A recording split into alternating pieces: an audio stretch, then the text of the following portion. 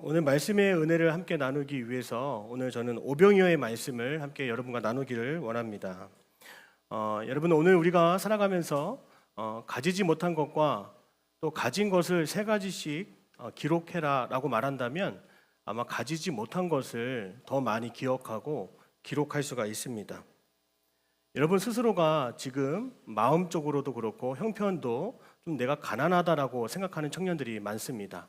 너무 비교하고 또 세상에 더 좋은 가치를 많이 배우고 따라하려고 하는 그런 마음이 앞서기 때문이죠.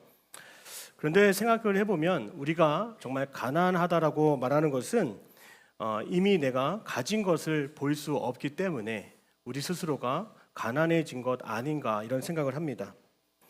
우리가 가지지 못한 것만 묵상하다 보면은 점점 하나님의 은혜에서 멀어지고 가지지 못했기 때문에 내 자신을 평가절하하는 그런 모습들을 우리는 보게 됩니다. 오늘 본문의 말씀의 주 배경은 빈들이라고 하는 무대 배경입니다. 그리고 오늘 말씀의 35절에 때가 저물어 가매라고 말하고 있습니다. 35절 같이 한번 읽어볼까요? 시작. 때가 저물어 가매 제자들이 예수께 나와 빈들이요 날도 저물어 가니. 자, 오늘 말씀의 때가 저물어 가매라고 말합니다. 우리 인생에도 때가 저무는 때가 있습니다. 나락을 가는 때도 있을 거고 또 낙심하여서 좀처럼 길을 펼칠 수 없는 또 힘을 잃어버릴 수 있는 그런 상황들이 있을 수 있습니다. 오늘 이 본문의 말씀은 빈들이라고 하는 배경이에요. 그러니까 가진 것이 없고 부족하고 열악한 환경이라고 우리가 생각할 수가 있습니다. 그런데 우리가 인생에서 이런 빈들을 만날 때 그리고 우리의 때가 저문다라고 그런 생각이 들 때 우리가 한 번쯤 다시 짚고 넘어가야 되는 것은 오늘 이러한 배경 속에서도 예수님이 함께 계셨다라고 하는 사실을 우리가 잊어서는 안 되는 것입니다. 이러한 부족함이 나를 결정하지 못한다는 거예요. 이런 부족함으로 나를 다 설명할 수 없다고 하는 것입니다. 사랑하는 여러분, 이 부족함은 우리의 정체성이 될 수가 없습니다. 우리의 연약함도 우리의 부족함도 때로는 하나님이 이것을 사용하셔서 우리를 새로운 존재로 빚어가 주신다는 겁니다. 오늘날 사회를 우리는 소비 사회라고 말합니다. 뭔가를 소비하게끔 만드는 세상 속에 지금 우리가 살아가고 있습니다. 그래서 세상은 우리에게 계속 이렇게 말하는 거예요. 이렇게 느끼게 합니다. 너 부족해. 너 가진 것이 없어. 너 여전히 채워지지 않았어. 그렇게 계속 우리를 속삭이고 있는 것이죠. 그래서 2년마다 핸드폰을 바꾸기도 하고 또 주기마다 우리는 자동차를 바꾸기도 하고 또 옷을 바꾸면서 계속 나의 허전함을 채워가려고 합니다. 정말 바꿔가면 내 자신도 바뀌어질까요? 여러분, 소비 사회가 가장 두려워하는 것이 있습니다. 세상이 가장 두려워하는 것이 있어요. 바로 그것은 돈 없는 사람이 아니에요. 돈 없는 사람은 대출을 받아서라도 소비하고 또 대출을 통해서라도 물건을 사려고 하는 거예요. 이 소비 사회가 가장 무서워하는 사람은 누구냐? 바로 이미 받은 것으로 만족하고 이미 주어진 것으로 하나님의 은혜만으로 충분하다라고 여기는 사람, 이것이 바로 소비사회가 무서워하는 사람인 것이죠. 그저 만족하는 사람, 그저 감사하는 사람에게는 무엇을 팔 수도 없는 거예요. 어떠한 결핍이 없기 때문에 그런 것이죠. 그래서 따라합니다. 부족함이 나의 정체성이 되면 안 됩니다. 부족함을 여러분 정체성으로 삼으면 어떠한 일이 될까요? 바로 그것은 하나님이 일하시기도 전에 내 자신에게 사망 선고를 내리는 것과 똑같다라고 한 것입니다. 이 오병이의 사건의 핵심은 부족한 것을 감추었다라고 하는 것이 아닙니다. 부족한 것을 드러내시고 또 예수님이 오늘 본문의 말씀에는 이게 오병이요, 떡 5개와 물고기 2마리 그 작은 것을 드러내시고 손으로 드시고 이것을 감사하며 기도하는 모습을 우리에게 보여주시는 거죠. 부족함은 숨길 것이 아니라 때론 부족함이 우리의 자랑거리가 될 수 있다고 하는 것입니다. 사랑하는 여러분, 부족함을 느낄 때마다 이것을 우리가 꼭 기억했으면 좋겠어요. 따라합니다. 이미 나는 십자가에서 나의 가치가 결정되었다. 이미 결정지어진, 이미 하나님의 자녀라고 말씀하신 그 정체성을 이 소비 사회에서 절대로 잊어버리면 안 된다는 것이죠. 오병이어는 적은 것을 크게 만들고 부풀리시고 재테크의 요령으로 이 본문의 말씀이 사용되면 안 되는 거예요.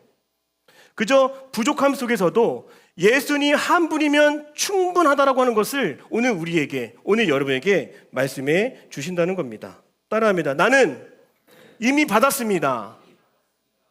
제가 나라교회에 가서 가장 먼저 충격을 받은 것은 그 예배의 처소가 생각보다 너무 작았다라고 하는 거예요.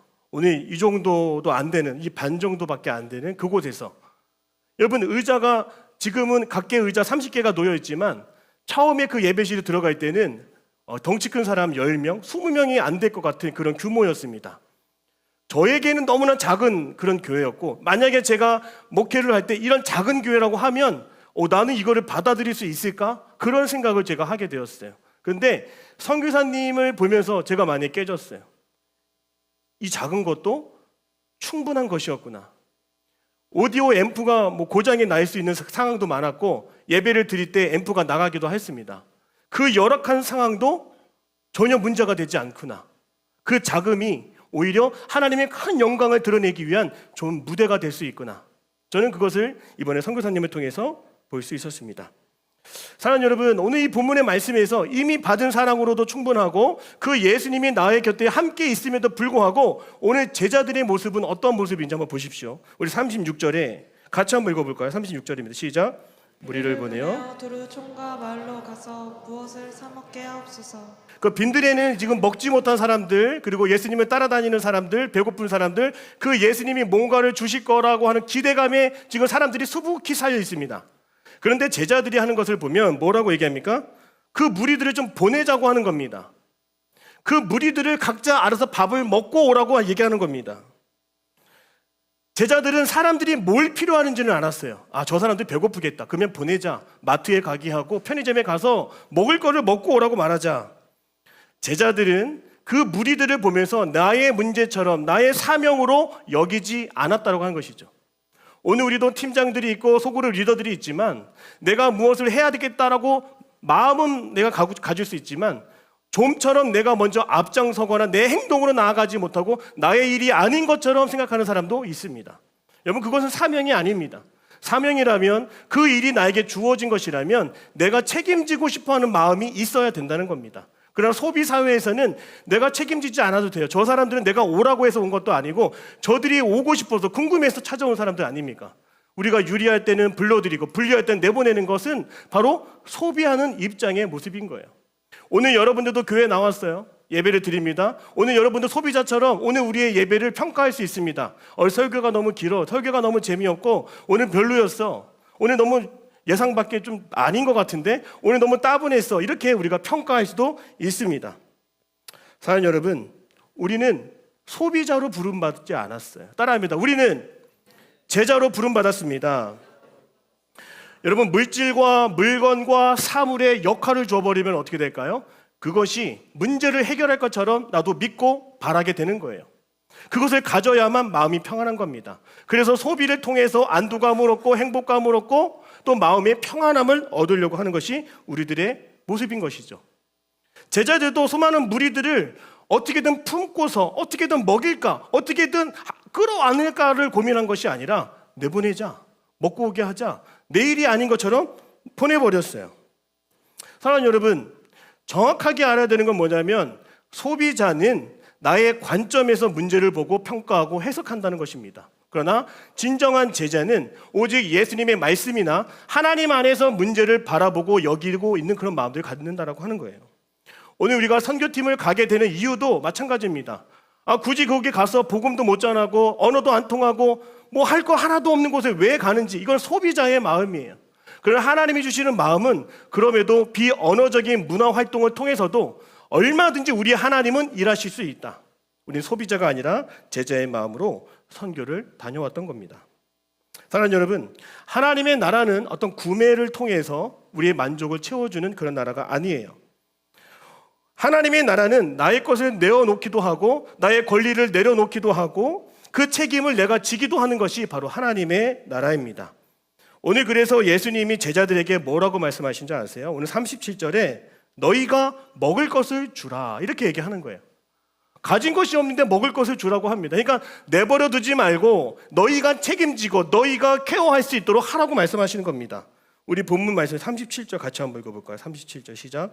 대답하여 이르시되 너희가 먹을 것을 주라 하시니 여짜오되 우리가 가서 200데나리온의 떡을 사다 먹이리이까. 자, 제자들은 무리를 마을로 보내서 끼니 때우고 오라고 말했거든요. 그런데 예수님은 그 제안을 받아들이지 않으셨습니다. 너희가 먹을 것을 챙겨주라고 말씀하신 거예요. 자, 이것은 그 사람들의 필요를 남의 문제처럼 여기지 말라고 하시는 거죠. 이 사명의 가장 큰 문제는 내가 먼저 나서지 않는다라고 하는 문제가 있었던 거예요. 제자들이 이러자마자 어떻게 계산했어요? 예수님, 이 사람들을 먹이려면 200데나리온이 필요합니다. 자, 노동자가 200일을 일해야 벌 수 있는 돈이에요. 오늘 계산해 보니까 3천만 원에서 4천만 원입니다. 오병이요. 여러분 기적 아시죠? 그 무리가 몇 명이었어요? 어른들만 5천 명이었어요. 계산이 너무나 빨랐습니다. 제자들은 즉시 200데나리온을 계산했어요. 따져봤습니다. 얼마나 먹으면, 얼마나 좋은 물건을 가져오면 이만한 계산이 딱딱 떨어진 거예요. 근데 여러분, 이 계산이 왜 문제가 되냐면 하나님보다 앞섰기 때문에 그런 거죠. 제자들은 계산했기 때문에 실패한 것이 아니라 자신들의 그 계산의 결과를 최종 결론으로 삼았기 때문에 주님이 받아들이지 않으신 겁니다. 여러분, 우리가 자꾸 계산하려고 합니다. 우리가 1년에 연봉을 얼마나 벌어야 되고 1년에 매출을 어느 정도 달성을 해야 되고 내가 30대가 되고 40대가 되면 내가 어떤 차를 타야 되고 어떤 배우자를 만나야 되고 다 계산을 해야 됩니다. 제가 살펴보니까 이렇게 우리가 계산에 매달리고 그 계산이 맞는 것 마냥 꼭 신적인 것 마냥 우리가 우상시하는 그런 마음은 바로 우리 마음속에 뼛속 깊이 뭐가 있냐면 불확실성이 있기 때문에 그런 거예요. 모든 가능성을 미리 짐작하고 싶고 파악하고 싶고 계산하고 싶고 하는 그런 마음들이 우리에게 있다고 하는 거죠. 그러지 않으면 죽을 것 같으니까, 그러지 않으면 도태될 것 같으니까 그런 마음을 갖고 살아가는 거예요. 결과를 예상하고 싶은 거예요. 위험을 통제하고 싶은 것입니다. 사랑하는 여러분, 아무리 계산을 잘해도요, 우리의 불확실성은 우리가 스스로 해결할 수 없다는 것을 오늘 우리가 알아야 되는 것입니다. 계산이 너무나 무겁죠. 힘들죠. 부담이 됩니다. 무엇보다도 중요한 것은 그 계산에 누가 빠져 있었어요? 예수님을 집어넣지 않았다라고 하는 것이죠. 제자들의 계산은 정확했습니다. 틀리지 않았습니다. 옳았습니다. 그러나 그 안에 한 분, 예수님이 빠졌다라고 하는 거예요. 예수님을 계산에 넣지 않았던 거예요. 저도 회의를 하다 보니까, 우리 청년국에서 회의를 하다 보니까 마지막 핵심적인 중요한 순간에 제가 담임 목사님의 의견을 빠뜨린 적이 있었어요. 제가 우리 청년부에서 사역을 할 때 가장 중요한 순간에 우리 장로님과 상의하고 장로님과 결정해야 되는 것을 빠뜨린 적이 있었어요. 오늘 우리의 인생 가운데서 우리가 아무리 정확하게 판단하고 내 의견을 주장하고 싶다 하더라도 그 가운데 우리가 예수님을 빠뜨리면 안 된다고 하는 것입니다. 여러분, 불신앙이 무엇이냐면 그저 거짓을 믿지 않는 것, 거짓을 믿는 것이 불신앙이 아니에요. 하나님을 제외한 사실만으로 최종 결론을 내어버리고 사는 것, 그것이 옳다라고 맞다라고 여기는 것이 바로 우리 신앙의 불신앙이 될 수가 있는 것입니다. 사랑하는 여러분, 우리의 부족함으로 인해서 하나님의 가능성까지 제한하지 않았으면 좋겠어요. 우리 선교팀의 부족함과 연약함과 아픔을 통해서 우리의 선교를 가능하고 우리의 선교를 가늠하거나 판단하지 않았으면 좋겠습니다. 여러분의 부족함과 연약함으로 여러분 자신을 경계짓지 말고 판단하지 않았으면 좋겠습니다. 모든 것에 하나님이 함께 하시길 주님의 이름으로 축복합니다. 예수님은 충분한 사람들을 부르신 것이 아닙니다. 너희가 먹을 것을 주라고 말씀하신 것, 여러분 무엇일까요? 부족한 상황 속에서도 너희들이 이곳에 와서 하나님의 일을 보라, 하나님이 어떻게 일하시는지를 참여해 보라, 그런 마음으로 오늘 여러분을 계속적으로 부족한 곳으로, 연약한 곳으로, 아픔이 있는 곳으로 우리를 부르신다는 거예요. 사랑하는 여러분, 우리가 무엇을 줄 수 있는가, 내가 어디에 참여할 수 있는가, 내가 지금 어디에 필요를 채울 수 있는가, 바로 이것이 제자의 마음인 걸 믿고 주님이 언제나 우리와 함께 하심을 믿고 우리가 도전하고 우리가 부족한 상황 속에서도 믿음을 변치 않는 믿음의 삶 되시기를 주님의 이름으로 축복합니다. 우리는 충분하지 않지만 오직 한 분만이, 주님만이 충분하십니다. 여러분, 이것이 우리를 설명할 수 있는 놀라운 하나님의 말씀이라고 하는 것이죠. 계산을 하지 말라는 게 아니에요. 어리석고 멍청하게 살라고 하는 것이 아닙니다. 계산한 뒤에도 예수님을 믿으라고 하는 거예요. 계산한 뒤에도 불리한 상황 속에서도, 어려운 상황 속에서도 하나님이 하실 수 있는 그 여지를 남겨놓고 하나님을 끝까지 바라보라고 하시는 겁니다. 사실보다 크신 주님을 최종 결론으로 삼을 수 있는 오늘 저와 여러분이 되시기를 주님의 이름으로 축복합니다. 우리 38절 같이 읽겠습니다. 시작. 이르시되 너희에게 떡 몇 개나 있는지 가서 보라 하시니 알아보고 이르되 떡 5개와 물고기 2마리가 있더이다. 자, 예수님은 제자들에게 너희에게 지금 뭐가 없냐 이렇게 물어보지 않으셨죠? 지금 예수님은 어떻게 물어본 거예요? 너 몇 개가 있냐? 떡 몇 개가 있니?라고 물어보셨습니다. 정확하게 물어보셨어요. 자, 제자들은 사람이 많고 돈이 부족하고 날이 저물었다는 사실을 정확히 알고 있었어요. 그래서 정작 자신들에게 무엇이 있는지는 모르고 있던 거예요. 내가 어떤 사람인지 모르고 있던 거예요. 우리가 가지고 있는 그 익숙함이 무엇인지 모르고 있던 거예요. 우리는 없는 것은 빠삭하게 압니다. 그러나 가지고 있는 것, 이미 주신 것은 우리 눈이 어두워서 보지 못할 때가 많다라고 하는 것이죠. 그때 예수님이 제자들에게 이렇게 말씀하세요. 가서 보라. 따라합니다. 가서 보라. 자, 이거는 단순히 그 사람들이 얼마나 재고를 가지고 있는지, 먹을 것이 얼마나 있는지 조사해 보라고 하는 것이 아니었습니다. 이것은 제자들에게 너희들의 현실을 직면하는 상황 속에서 너희들의 마음을 진단할 수 있는, 영적인 진단할 수 있는 그런 시간을 주기 위해서인 거죠. 지금 무엇을 가지고 있는지, 무엇을 의지하고 있는지, 무엇이 진짜 필요한지를 찾아보라고 하는 것입니다. 우리는 그냥 무조건 없다라고 말할 거예요. 우리는 그냥 무조건 부족하다라고 말할 것입니다. 그러나 실제로 그 없는 상황 속에서, 부족한 상황 속에서 얼마나 내가 부족한지를 정말 깨달을 때 이것을 해결할 수 있는 분이 오직 하나님 한 분이신 것을 내가 알도록 하나님이 보내셨다라고 하는 것이죠. 오늘 우리가 일본에 다녀온 이유도 저는 이거라 생각을 합니다. 얼마나 선교가 어려운지를, 얼마나 선교가 쉽지 않다는 것을 우리에게 직접 보여주시고, 그러나 그 상황 속에서 하나님 한 분만으로도 충분하다라고 하는 것을 우리에게 가르치시고자 우리를 선교로 보내셨던 것이죠. 하나님은 그 부족함을 통해 내가 내 마음속에 무엇을 의지하는지를 보여주시는 거예요. 어떤 사람은 머리를 의지해서 이거 얼마짜리야, 이거 얼마만 있으면 돼, 이렇게 얘기하죠. 이거 그 사람 찾아가면 돼, 그렇게 얘기할 수도 있습니다. 이거 거기에 맡기면 돼, 우린 그렇게 편하게 얘기할 수도 있습니다. 하나님은 계속 우리를 부족한 자리로 부르십니다. 여러분, 왜요? 우리가 무엇을 믿고 살아가는지를 폭로시키기 위해서, 드러내기 위해서 우리 계속적으로 부족한 자리로, 연약한 자리로 우리를 부르신다는 거예요. 돈이 있어봐요, 여러분. 주변에서 좋은 사람만 있어봐요, 여러분. 좋은 일만 생겨봐요, 여러분. 그냥 평안하다라고 결론 내릴 수 있죠. 그러나 가진 것이 점점 줄어들어요. 내 건강이 점점 악해지고 약해지고 있어요. 그리고 시간이 너무나 없어요. 그럴 때 드러나는 것은 내 연약함과 동시에 하나님을 의지하는 내 자신을 발견할 수 있는 좋은 때를 우리가 맞이할 수 있다고 하는 것입니다. 사랑하는 여러분, 부족함 속에서도 우리가 늘 기도할 수 있는 저와 여러분의 삶이 되시기를 주님의 이름으로 축복합니다. 그래서 저는 이렇게 기도했으면 좋겠어요. 주님, 이 부족함 속에서 제가 무엇을 의지하며 살아왔는지를 주님 보여주세요. 내가 무엇을 하나님보다 더 바라고 의지했고 찾았는지 주님 보여주세요. 단순히 환경 개선, 환경 미화를 위해서 기도하는 것이 아니라 하나님, 제 마음속에 이 열악함 속에 제가 무엇을 붙잡으려고 했는지를 좀 보여주세요. 마음속에 더 주님을 붙잡기를 원하고 주님 한 분만으로 문제가 해결되기를 원하는 그 마음이 드러날 때까지 우리 부족함 속에서도 늘 기도를 해야 될 것입니다.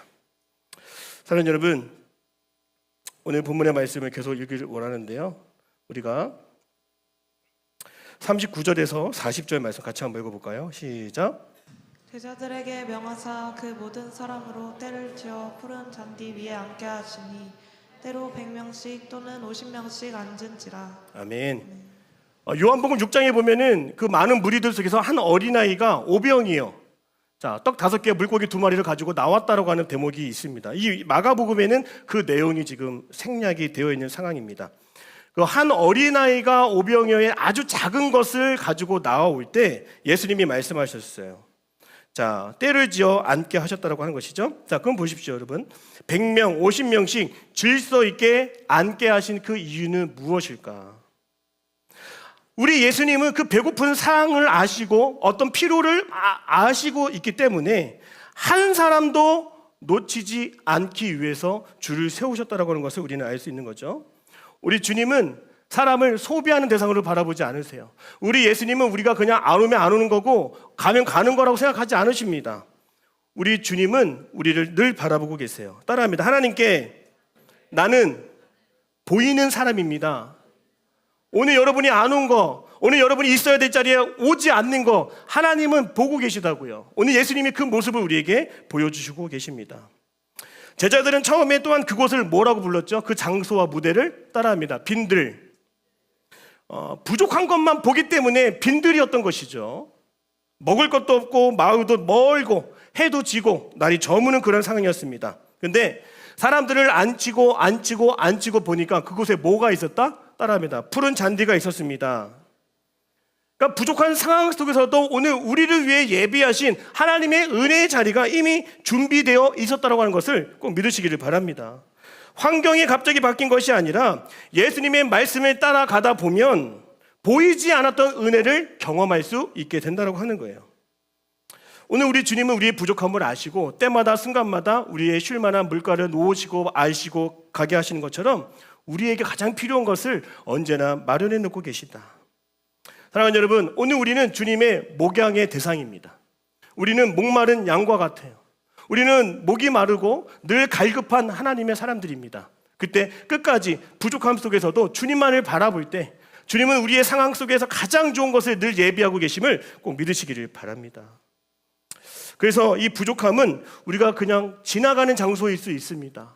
그 부족함의 자리가 내 고향의 주소처럼 자꾸만 생각이 나고 자꾸만 떨어뜨릴 수 없는 그런 상황처럼 여기지 않았으면 좋겠어요.